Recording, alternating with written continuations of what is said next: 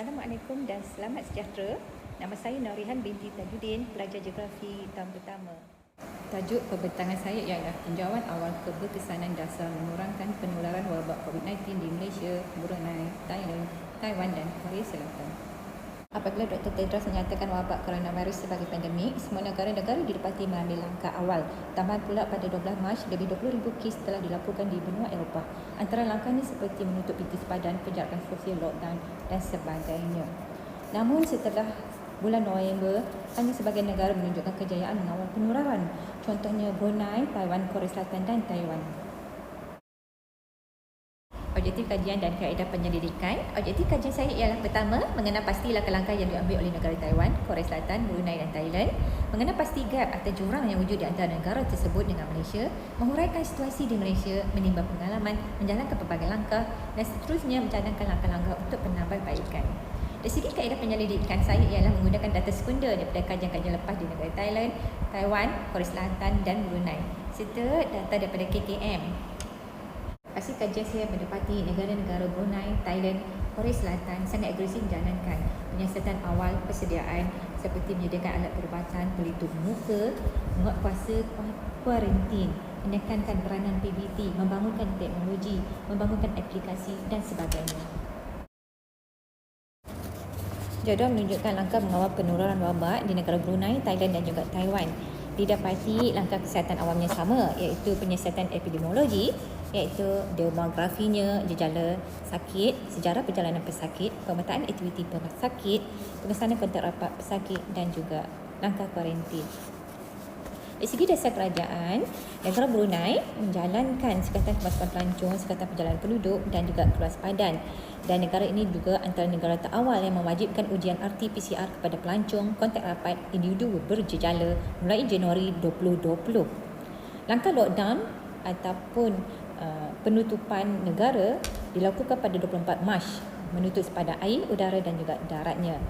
Negara ini mula melonggarkan sekatan perjalanan pada 15 September. Itu agak lewat.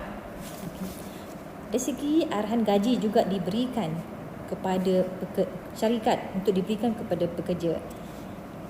Seterusnya, kuarantin wajib 14 hari dilakukan di pusat kuarantin yang ditetapkan oleh kerajaan. Pada 1 April, negara ini juga memperkenalkan pakej rangsangan ekonomi kepada industri kecil dan sederhana serta kesihatan awamnya. Negara ini juga menghentikan aktiviti sosial iaitu sekolah, keagamaan dan juga sukan. Dan pensampelan rawat juga dilakukan kepada pekerja kesihatan dan juga pekerja asing. Dari segi negara Thailand pula menunjukkan perintah berkurung dilakukan pada 3 April hingga 15 Jun dari pukul 10 malam hingga 4 pagi. Negara ini juga menutup pintu masuk sepadan, termasuklah Malaysia, membatalkan sambutan perayaan mereka. Dan dari segi pakej rangsangan ekonomi juga dilakukan dan seterusnya norma baru iaitu memakai pelitup muka, penjagaan fizikal serta kuarantin juga diberikan kepada rakyat. Seterusnya kawalan pergerakan di kawasan zon merah juga dilakukan dan negara ini didapati melonggarkan sekatan untuk menarik pelancong pada 21 Oktober. Negara Taiwan merupakan negara yang maju dan negara ini begitu mementingkan aktiviti mengesan pesakit dan juga mengasingkan pesakit. Negara ini juga merupakan antara negara yang awal dari segi menyediakan peralatan dan pengeluaran pelitup muka dan juga perubatan. Negara ini juga mengadakan seperti sidang media setiap hari dan menekankan sistem kesihatan insurans negara. Mulai 14 Mac, kuarantin 14 hari diwajibkan bagi individu balik dari luar negara. Dan negara ini juga didapati menekankan peranan kerajaan tempatan untuk bekerjasama dengan Kementerian Kesehatannya dan memantau kawasan persekitarannya. Seterusnya ialah negara Korea Selatan. Negara Korea Selatan juga mempunyai persamaan dari segi kesihatan awamnya, namun berbeza dari segi dasar kerajaannya. Negara ini tidak menjalankan penutupan negara ataupun lockdown. Sebaliknya, negara ini membuka pintu sepadan dan tidak mengawal pergerakan penduduk. Negara ini aktif menjalankan pengesanan kontak rapat, kuarantin, penjarakan fizikal serta memakai pelitup muka. Dan kuarantin wajib 14 hari diberikan kepada individu-individu yang balik daripada ataupun pelancong asing. Dan seterusnya negara ini juga mengambil langkah menjalankan 43 klinik daripada Februari hingga November. Sebanyak 43 klinik telah dibangunkan di pelbagai daerah untuk memudahkan pesakit menjalankan ujian saringan. Ia dijalankan di tempat parkir kereta supaya memudahkan penduduk membawa kereta dan khasnya untuk golongan berusia.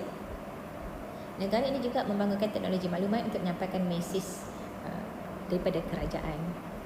Seterusnya ialah jadual bilangan kes COVID-19 pada 24 November sehingga 24 November 2020.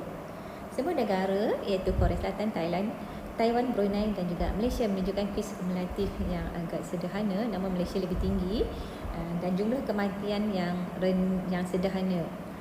Yang rendah itu ialah negara Brunei, Thailand dan juga Taiwan. Namun kesemua negara ini menunjukkan jumlah kes pulih yang tinggi. Seterusnya ialah kerajaan Malaysia. Kerajaan Malaysia didapati mengambil tindakan agak perlahan pada bulan Januari hingga Februari.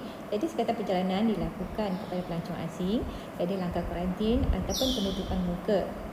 Pada keadaan ini disebabkan oleh krisis politik, sehinggalah pada 1 Mac apabila pentadbiran baharu yang dilantik oleh Yang di-Pertuan Agong, Kerajaan Perikatan Nasional telah menjalankan pelbagai dasar sehinggalah bulan November. Antara dasar-dasar yang dijalankan ialah Perintah Kawalan Pergerakan, Perintah Kawalan Pergerakan Bersyarat, Perintah Kawalan Pergerakan Pemulihan, sekatan semua pelancong asing, penutupan aktiviti sekolah, penutupan semua premis kerajaan kecuali perkhidmatan penting negara, memakai pelitup muka, mencuci tangan, amalan SOP yang baru dan juga pembangunan apps My Sejahtera. Pada 1 Ogos, dari 8985 kes kumulatif, sebanyak 8647 kes pulih. Ini menunjukkan dasar Malaysia berjaya membantu KKM dalam melawan penularan penyakit. Namun, wujud kes baharu seperti kes kluster Sewa Gangga di Kedah pada bulan Ogos. Kes ini didapati pesakit melanggar SOP. Di Sabah pula wujud kluster penjara di mana pada asalnya hanya melibatkan 2 warga negara asing ataupun parti, namun akhirnya berlaku penularan di kalangan pekerja tempatan dan juga ahli keluarga. PRN di Sabah pada 26 September juga menjadi sebab jangkitan tinggi di Sabah dan juga di semenanjung Malaysia. Sehinggalah November berlaku pula tambahan kes baharu daripada pekerja-pekerja asing.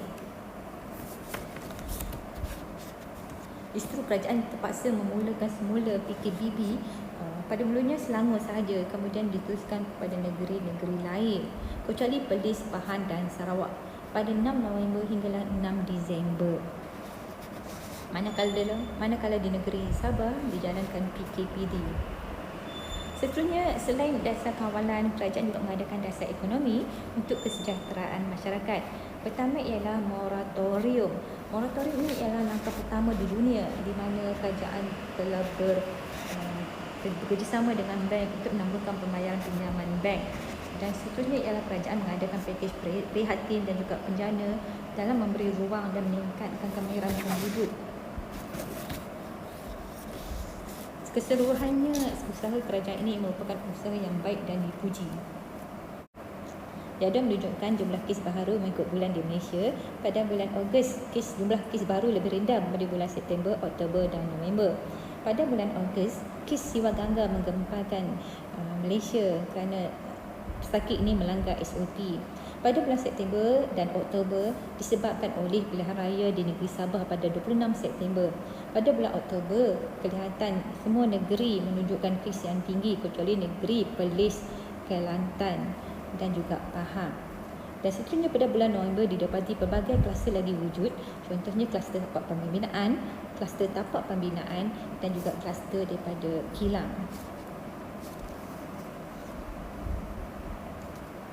Kerajaan menunjukkan peta taburan COVID-19 di Malaysia pada 14 November 2020.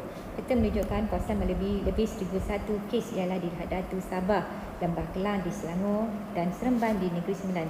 Negeri-negeri lain hanya di tangga ketiga ke bawah.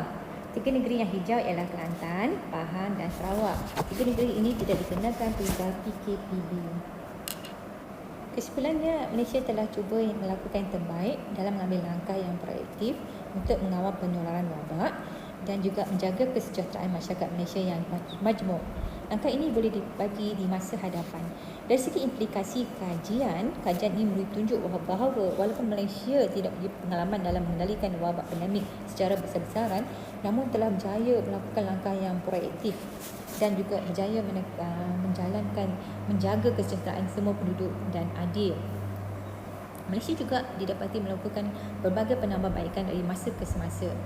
Dari segi sumbangan kajian ini mencadangkan agar inovasi menjalankan ujian saringan lebih menekankan keselesaan petugas khasnya pada musim hujan, kemudian menekankan peranan pihak berkuasa tempatan agar lebih inklusif mengenai pasti kawasan penularan dan menggalakkan penggunaan MySejahtera di kalangan penduduk bandar, membanyakkan penyelidikan vaksin serta kit ujian.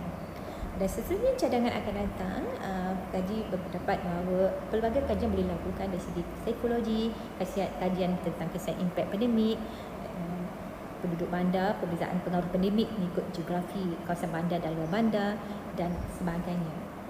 Sekian, terima kasih. Minta maaf segala kelemahan itu dari saya. Sekian, terima kasih.